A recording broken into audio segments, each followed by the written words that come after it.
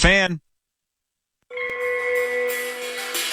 Fashion Week, Minnesota, April 14th to the 20th. It celebrates, connects, and inspires the local fashion community. Check out the lineup of engaging events that include fashion shows, presentations, and shopping events.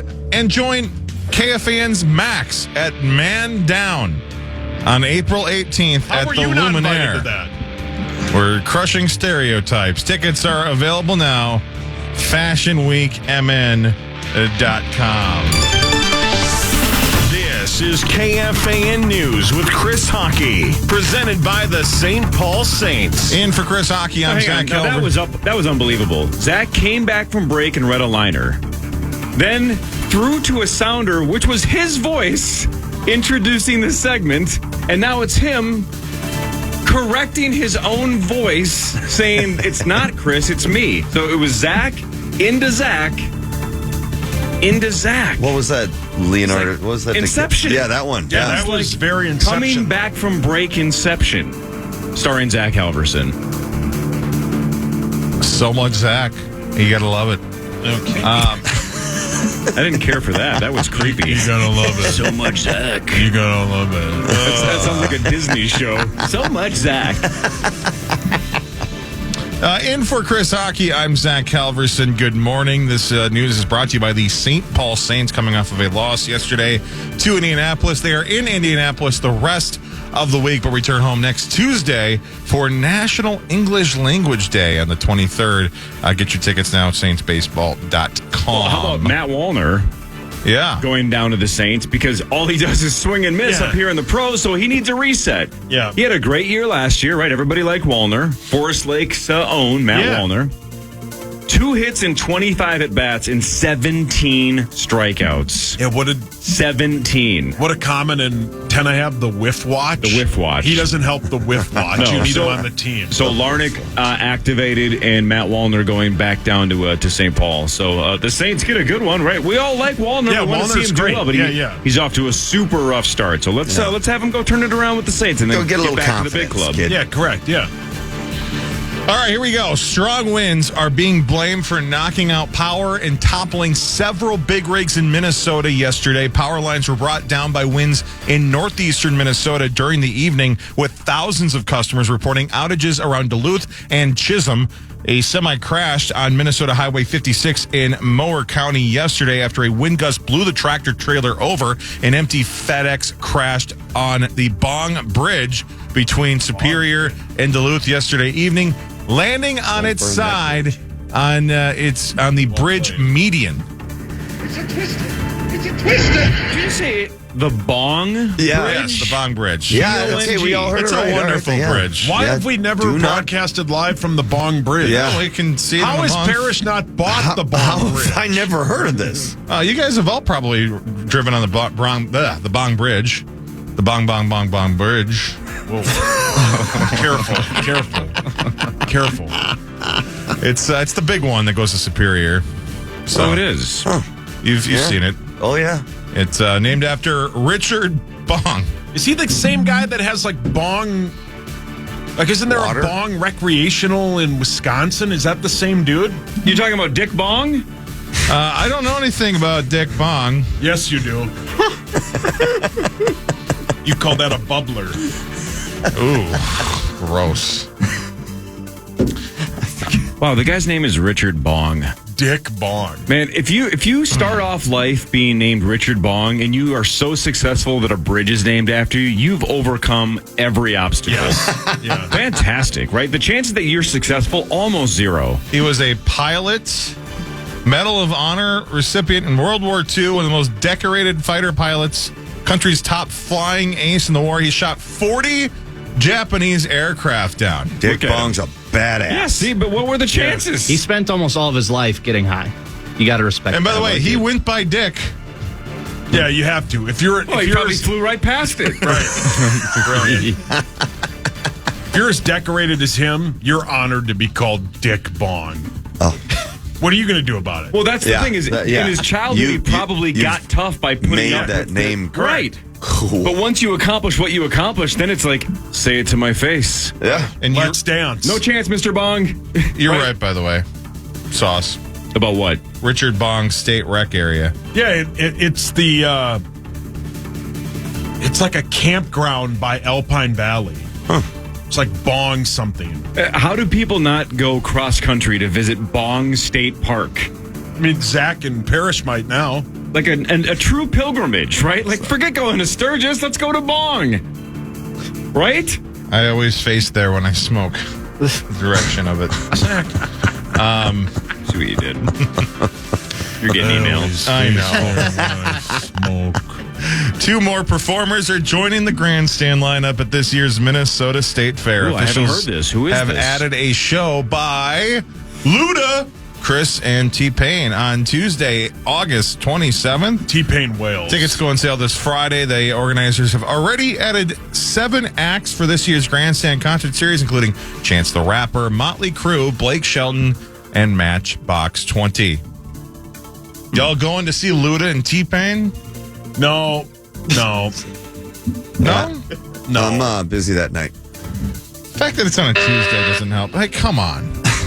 Corey and I missed our one opportunity to go to a state fair show. We said no, and we should have gone. Depeche Mode? Yes. Yeah. Oh, Not yeah. happy. Oak said it was A+. I should have gone. Yeah. I was Corey. We I know it's didn't my go. favorite 80s I band, was and gonna I've say, never how seen did them you live. say no? I don't know.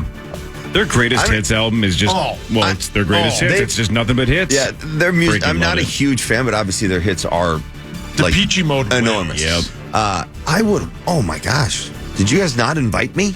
No, Oak went, and he was like, you guys missed out. It was epic. Damn it.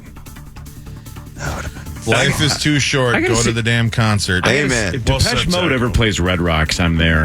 Oh, that'd be wicked. I doubt it. I have yet to go to Red Rocks. I would bet Neither against have I. that. Well, there, you can come with me. I'm in. We'll drive. We'll go east first. We'll go to Bong State Park. Then we'll go over the Bong Bridge up in Duluth, and then we'll drive Wave to to Zach. Red Rocks in Denver, Colorado. Zach, your hands up. I will put $100 down now that if in the next 10 years Depeche Mode announces a Red Rock show, you will not end up going. That's probably Make it 1,000. Bet you 1,000. Whoa. I'll do 100. Bet you 1,000. I go. We'll talk in 2 years because you still wouldn't have gone and you still won't go 10 to Because 5. the beauty of it, Mark, is if I go, then he basically pays for the trip. Oh, I don't. Math is tough. Math Yes, is tough. yes, it is. Offer me that same deal, Zach. No, because you'll actually. Well, you'll go, but you'll You probably forget. know people in the Peach. You'll oversleep. It's a 7 o'clock show, bro. I thought you were going to Inigo Montoya on it for a second. Offer me everything. Yes, please. Christopher Guest just begging for his My life. father, you son. Such a good movie. God dang. Sauce has never seen I've it all the never way seen through. It's I fantastic. don't even know how. Like, it's just on enough that how do you not at some point I just bet you piece that it whole all room together? doesn't even know what we're talking about. No. That room over there That's- is. Look, they're all shaking their Come heads. on, They don't know. That's Come on. what you're talking about. Come on. Yeah. Is, You there don't like, know- is there like some quote like you killed my? Yeah. My name is That's Inigo exactly Montoya. the- You yeah. killed my father. Prepare to One die. of those things you know the quote, but you have no idea what the Yep. context or where it's from. Well, the six-finger man killed his dad, and he That's wants hot. revenge. And he gets it. Spoiler. Just a flesh wound. God, and he's like the best in movie. show. That's a great film, though. God, what's his name? Which one?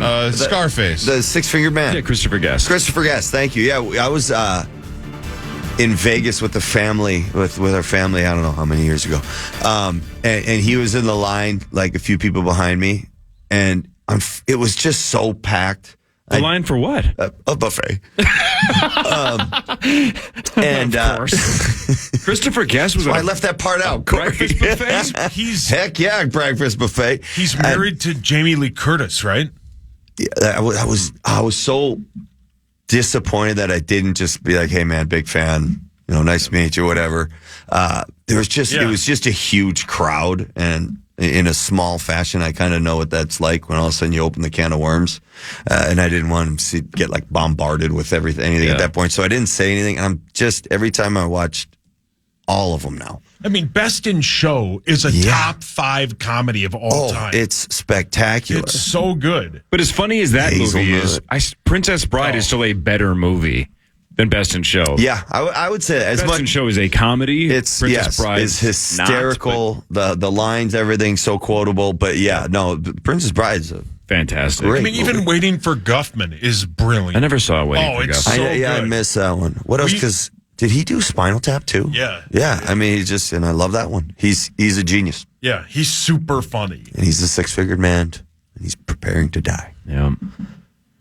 Okay. That was it. That was my story. Very nice story, Mark. Good. What a story, That's Mark. better than. Can we move on? Hang on. Let me just hit the button so we do this right. What a story, Mark. There we go. Very good. Anyway. That was the news. Most of it was about the Bong Bridge. Yeah, which is fine. Which, by the way, I mean, I swear to God, people just love to wait for a moment that they can correct you and tweet at you about it. Yeah, that's what I what's do. that like? There's two big bridges between Superior and Duluth. There's the Blatnick Bridge is, and then there's the Bong Bridge. And I said the Bong Bridge is a big bridge that connects to, which Superior. it does, and it is. So does the Blatnick. Yes, they're both big Not bridges. this month. Yeah, But apparently it's a small bridge. The Bong Bridge is the smaller of the two, but I don't even call it a small bridge. Small bong. It's a small bridge. It's a bull bridge. It's a pretty gotta be big your bridge. That's a big bridge. That's not a small It's bridge. a good sized bridge. It's above average bridge. Yeah, for sure. Don't let him get to you, Zach. Don't Would let you him get to care you, if you had a brother. bridge named after you? Would you care about the size of the bridge? No. How do we make that happen? Is there any bridge in the greater Twin Cities area that needs to be renamed or named for the first time that we could get named after Sauce? That'd be sweet. That would be sweet. Is it about me? Yeah, it would be. Yeah, then Would it be called the Sauce Bridge, the Meat Sauce Bridge, the Paul Lambert Bridge? MLB The Show Bridge. What would you like it to be called if somebody's willing to change the name of a bridge? Meat Sauce Probably the Memorial Meat Sauce Bridge. The Meat Sauce Bridge. Bridge. Yeah. The Sauce Bridge. Sauce Bridge sounds better. Yeah, Sauce Bridge. Sauce Bridge, Good yeah. one, Zacho. I don't know where I came up with that, but It was very good. What about the PJ Lambert Bridge? Nah, I'm not doing it. That's a terrible name. Yes, you are correct, that guy. PJ Lambert does the sports after this. This is the Power Trip Morning Show on the Fan.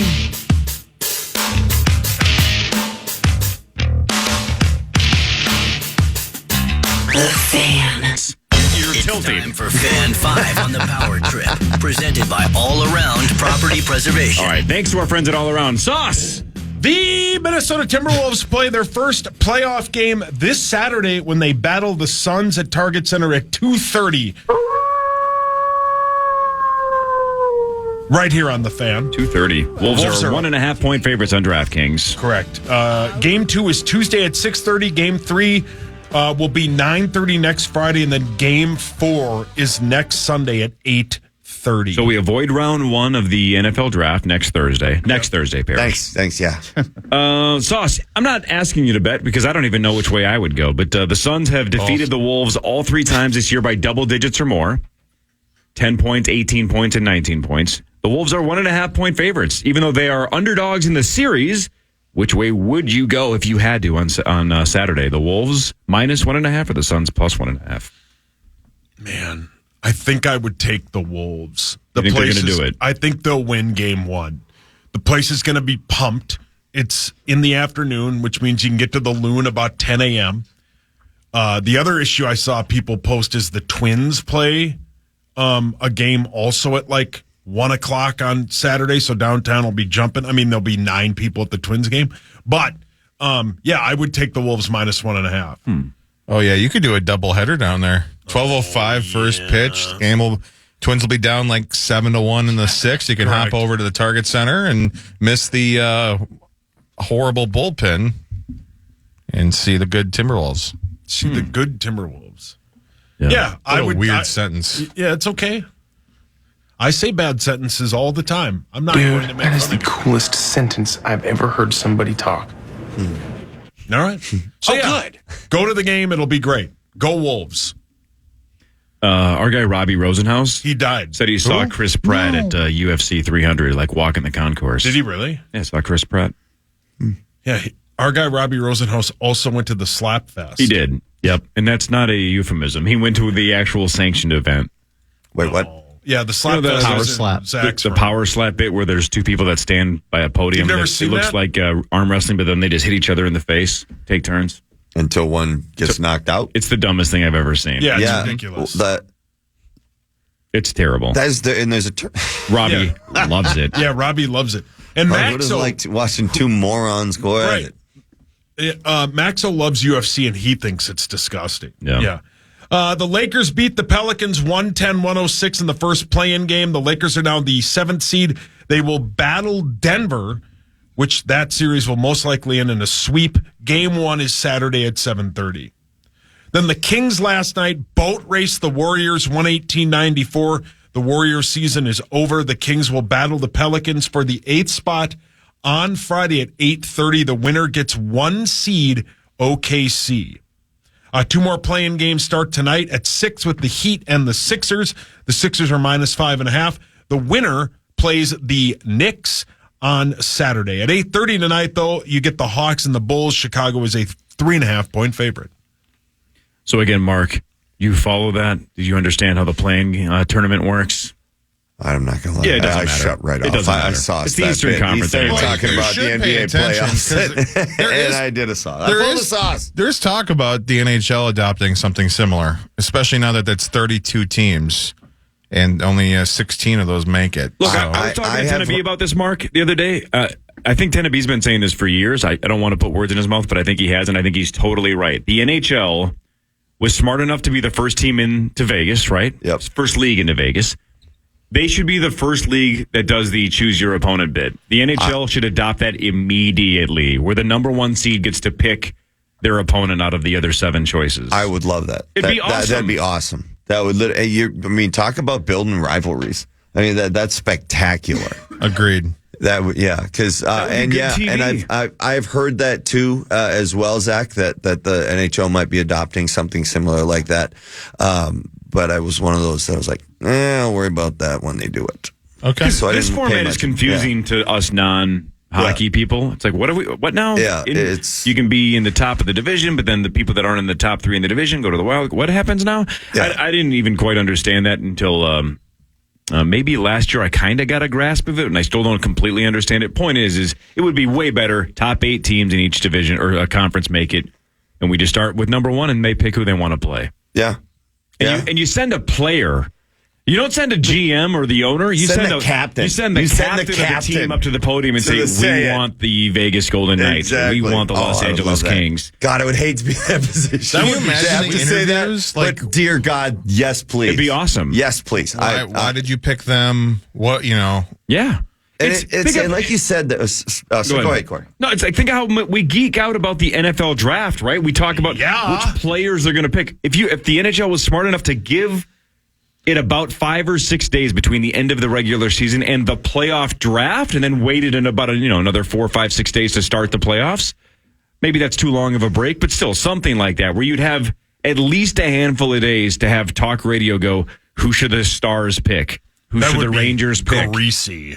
If they pick so-and-so, who should the 2nd seed pick? I think that'd be super cool. And I wouldn't be surprised to see the NHL change the playoff format, because since they changed it to the way it is now with the wild cards and the divisions, like literally the West, we could see 3 or 4 teams that think they could win and believe that they can win a Stanley Cup out in the first round. And in the East is going to be the same thing. Toronto keeps running into beasts out there. Like these, once enough of those big organizations go through these rounds, we're like, wait a minute here. Like, we had a stacked team. We had a legit chance to win a Stanley Cup. And another team, we had to play another team like that. I mean, it's one thing about parity, but it just seems to be lining up year after year with this, where some, phenomenal team, like nobody wants to finish 2nd or 3rd in the Central. Nobody wants to finish 2nd, 3rd in the Metro. The Atlantic even. I mean, there's so many divisions because that matchup is just it's great because they're unbelievable matchups in the first round, but they can make kind of the later rounds a little sluggish. Typically those teams will get caught up. We'll catch up to them. But I wouldn't be surprised to see them make a shift in the near future. Toronto keeps running into these first rounders, they start griping. Yeah. The right organizations start griping, and trust me, they'll change. Hey, just if you are a diehard NHL fan, this is on ESPN.com. Let me go through this quickly, Parrish, and then you can comment, okay? Tuesday's games resulted in many playoff seeds being clinched. The Washington Capitals nabbed the 2nd Eastern wildcard spot with their win over the Flyers. Thanks to their win, and the Boston Bruins lost. The Florida Panthers are Atlantic Division champs, which sets up the matchup between the Panthers and Lightning in round 1 and the Bruins and Maple Leafs in round 1. The Canucks locked up the number 1 seed in the Pacific Division and are now confirmed to take on the Predators in round 1. That one could be. According to this, it says, in fact, the entire East bracket is now locked in. So what remains to be determined out West? Well, it's just the shuffle between the Vegas Golden Knights and the Kings for the Pacific Division's number 3 seed. And the second West wild card. See, this is what I'm talking about. You understand what I'm saying? Yes. The casual hockey fans go, No, what? exactly. What is happening here? Whoever gets the number 3 spot will take on the Edmonton Oilers in round 1. Whoever gets the wild card will square off against the Dallas Stars. And you talk about the Pacific not being settled. I mean, literally, with LA or Vegas, I mean, Vancouver is probably happy they got LA. LA's probably happy they got 4th because now they don't have to run into Edmonton again in the first year because it was set up again for the Kings. We were expecting the Kings and Edmonton again in the first round. And that's one of the, that's great. It builds rivalries. But again, these organizations keep getting sick of running into Connor McDavid in the first round when you had a great year. But it is what it is. We'll see how it moves forward. It'll change. It'll rotate. It still will. There's great parity in the NHL, at least. That's what's great about it. The NHL and Gary Bettman needs to watch the program password draft tomorrow at 1 and see how dynamic it can be when you're picking your partners or picking your opponents. Yeah. This is how the NHL should do it. Yeah. Sauce, Twins news? Oh, yeah. Hang on. I wasn't listening there for a while. Because it wasn't about you? Yeah. You're not getting a bridge named after you. Focus. What about the Focus Bridge? What does that have to do with you? The Twins are officially a bad team. They were blown out 11-3 by the hand of the Orioles, which I don't think Orioles have hands. They've been outscored. What do you think they have? They have hooves. They've been outscored. Birds have hooves? Wait, what? Wait. Oh, they've been outscored 18-7. I know they don't have hooves. It's a joke. What do they have? What do they have? What do they have? Pincers. Pincers? They've been outscored 18-7. Like a lobster. Yeah, pincers. Pincers. They've been outscored 18-7 in the first 2 games of this series. The Twins have lost 3 straight. Rosie, same 2 teams today at 12:05. Pablo Lopez goes for your Twins. That's Twins news brought to you by Quantum Piper. Yeah, even Rocco started losing it after the game. He called his team out for their lack of effort, preparation, you name it. This was all set up during, pretty much the off season, though. Yet, of course, you could not predict the injuries. Royce Lewis's injury and devastating early on because he's the focus of this baseball team. But it's not an excuse for the rest of the team, and the pitching staff is just not equipped enough to day in, day out compete with most of the teams in the majors, in the American League in particular. I mean, it's just they just don't have the personnel, and they knew that. It's not good. I mean, they didn't replace Sonny Gray. You go down the list, and of course the hitters aren't doing their job right now, and so it's a contagious situation. And it's not like they can't lift themselves out and under it, but it might be July before they do that. The way things are going right now. No, it's not good. Not good at all. All right. Vikings news when we come back. Mark Rosen is here. Mark Parrish is here. This is the Power Trip Morning Show on the Fan. From his favorite day of the year. For Vikings news on the Power Trip, presented by Radco, your truck accessories pro. Let's start with what I care the most about because Chad Abbott doesn't think I care about the show between Monday and Thursday, and he's not wrong. On Friday, Brian O'Neill of the Minnesota Vikings makes his initials debut. Hell yeah, man. I'm looking forward to it. That'll be great. 6'7", 311. And the line ones they're always smart too, so that makes me a little bit. Always smart? Well, I don't know. I We'll should see. say Brian's a sharp guy. He does seem like a smart guy. Yeah, they have the reputations of being the thinkers on the squad. He's also got a really good sense of humor, so you'll get him going. We'll see. As they say. Don't know if he knows the game. Don't know if he's heard it before. Don't know if he's ever kind of played along in his car. No idea. We'll see. Right. Well, That's I have one Friday. goal. Don't piss him off. Don't piss him off. He seems like a nice guy. He does. He does. Sauce, anything you want to talk about since you're 8 days away from your Super Bowl? Well, I think we're in a weird holding pattern. Today's the last day that they can have like in-house visits. That's why like the Commanders last night had like every quarterback prospect except for Bo Nix show up, and they did like 20-minute interviews with all of them. I just think we're in a holding pattern. I mean, I don't really know.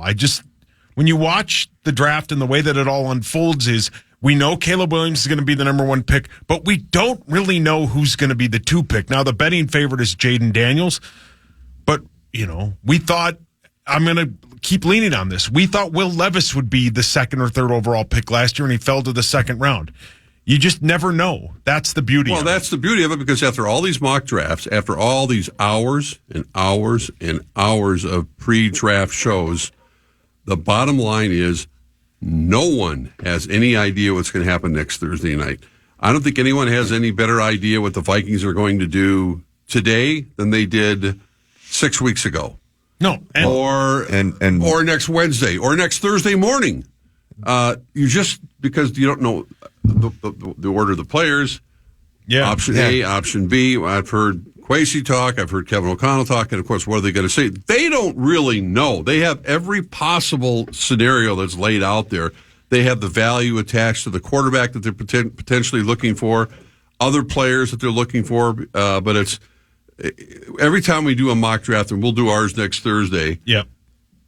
Good luck hitting 3 or 4 of them correctly. Yeah, and I think the other thing, though, that when we look at this across the board is they have their plan. Their plan is, and they've been showing this hand since they traded for that first round pick. Their plan is to go up in the first round, but the way they lay it out in the media is they're not just set on one quarterback. Why? Because they have to have leverage. They can't let the Patriots know we have to get Drake May or it's over. They have basically said we like all of them, and they have to say that. They are going up, in my estimation, for one guy, and that is Drake May. Drake May is their guy, and they're going to see if they can get him. What happened to J.J. McCarthy being their guy? He was supposed to be unbelievable. But I think their 1A is Drake May, and 1B is J.J. McCarthy. And I think after that, it's a crapshoot. It'll, like Peter Schrager laid out yesterday in his mock draft, if it goes that way, I think the fans will be pissed. But I think, as a lot of people have said, this team isn't a quarterback away. Now, yes, this team is in a situation that is better than any of the other teams that are putting a quarterback in it. Maybe other than the Bears because they have the same record. But, this is a better team than the Patriots. This is a better team than the Washington Commanders. But this team isn't a young C.J. Stroud-like quarterback away from going to the playoffs, right? They have a lot of pieces to fill. But because of the way the Kirk Cousins thing worked out, because they haven't drafted a first-round quarterback in other drafts when they should have, they didn't take Will Levis last year and so on and so forth, they are in a situation where they have to find a first-round quarterback. You can't leave next Thursday with a corner and a defensive tackle and say, all right, in the 4th round, we're going to take Spencer Rattler and we're going to roll with Sam Darnold. Now, 6 months from now, that we might go, man, that was the right answer. But today, and with the draft, they have to find their way to a first-round high-end quarterback. And even if when they pick player A, player B, no matter who it is, I mean, it's going to be, you talk about the fans. I mean, fans want that person to play like opening day, the opening game, whomever they open up with. Well, that's not reality for the most part, because for every time that CJ Stroud emerges, there's 18 other quarterbacks. And let's face it, of those 5, 6 guys, 2 of them, 3 of them, we've talked about it, Corey's talked about it, 3 of them will fail. Sure, but in 2020, the top 5 quarterbacks all play. They all start. Yeah, they're all great. You have to take a shot at it, because you have to. You never have. You have to. You won't be in this position again probably for a while. Well, yeah, and to talk about, you were saying, Sauce, how they go in with a plan. Every organization across the board in every sport goes in with a plan. But the last thing they say walking out of their office or going into the office, whatever one it is let's see what happens. Because you don't know. Unless you have the number 1 pick, you're the only team that knows how this draft's going to start. Mm-hmm. Yeah. And you don't know what's going to happen after that. And especially, of course, there's no trades. Like, why would anybody trade those high draft picks now? Why not wait and see who gets drafted, the first couple guys? And a team like the Vikings might just panic and give them a little bit better deal because they need that pick. Hey, Sauce, you mentioned earlier that Peter Schrager got 1 pick right last year outside of Bryce Young, so we got 2 in the entire first round. If you did your final meat mock Yeah. How many do you think you can get out of 32? 3. You really? Yeah. I just think you never know. It's hard. Including trades. Yeah, including trades. I just think the Vikings are such an X factor. There's a team we aren't talking about that could move up. But if you say Caleb Williams, Jaden Daniels is the heavy favorite right now on DraftKings. That's two right there. Right. You don't think you can get 2 more right the rest of the first round? Yeah, you could. Well, I think the Tennessee Titans will take Joe Alt. I think that's almost a lock, the left tackle from Notre Dame. So that is probably 3. I guess here's why I'm asking. I don't think we have gambled enough on the NFL draft. Yeah. If you give me a number that entices me, I'm willing to bet against your mock. But it's got to be a number we both agree on.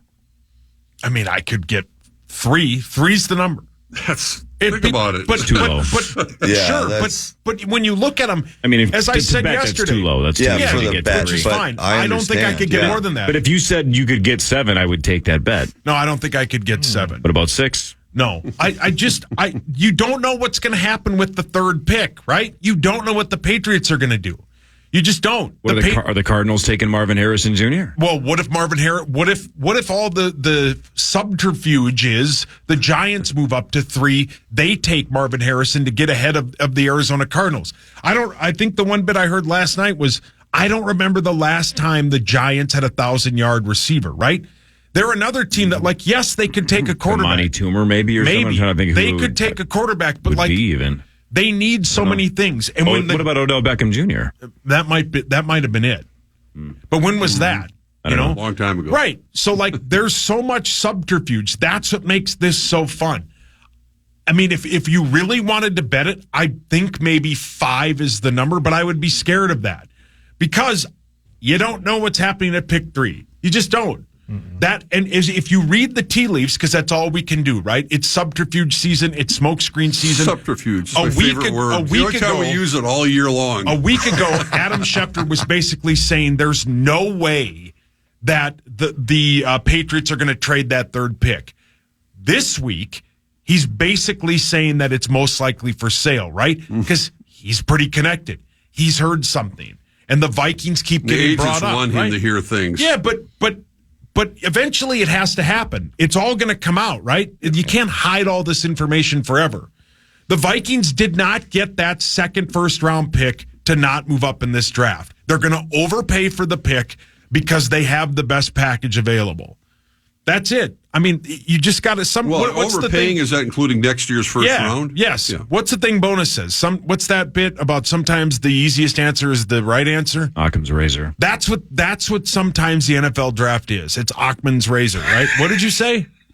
Whoever it is. Just keep saying the word subterfuge. But eventually, maybe sometimes the easiest answer is the right answer.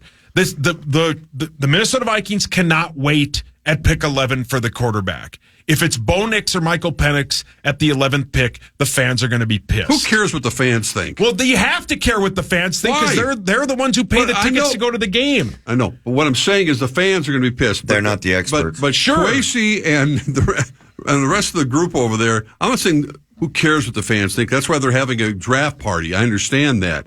But in terms of, remember when Johnny Manziel was available? Yeah. How crazy were the fans that night? Yeah, hockey got him going. Has never been asked back. No, Sauce, I'm with Sauce because Sauce isn't saying that if you go, let's say the Peter Schrager mock ends up being 100% correct, and they take a corner at 11 and Bo Nix at 23. Mm-hmm. That might be a perennial All-Pro corner, that might be and Bo Nix might be a Hall of Famer, and we're going, God dang it, Kwesi's a genius. He's talking about next Thursday. Oh, no question. It is a disaster. Yes, it's a disaster. They'll get booed. It would be ripped on social media. My God. Friday morning is going to be, what are we doing? Correct. Kwesi should be fired. That's what I don't mean. The initial response would be, this blows, F-, this sucks. Yeah. If halfway through next year, that kid is an unbelievable corner and Bo Nix is slinging 70% and throwing 15 touchdowns and 2 interceptions, we'd say, God dang it, let's extend Kwesi for the next 5 years.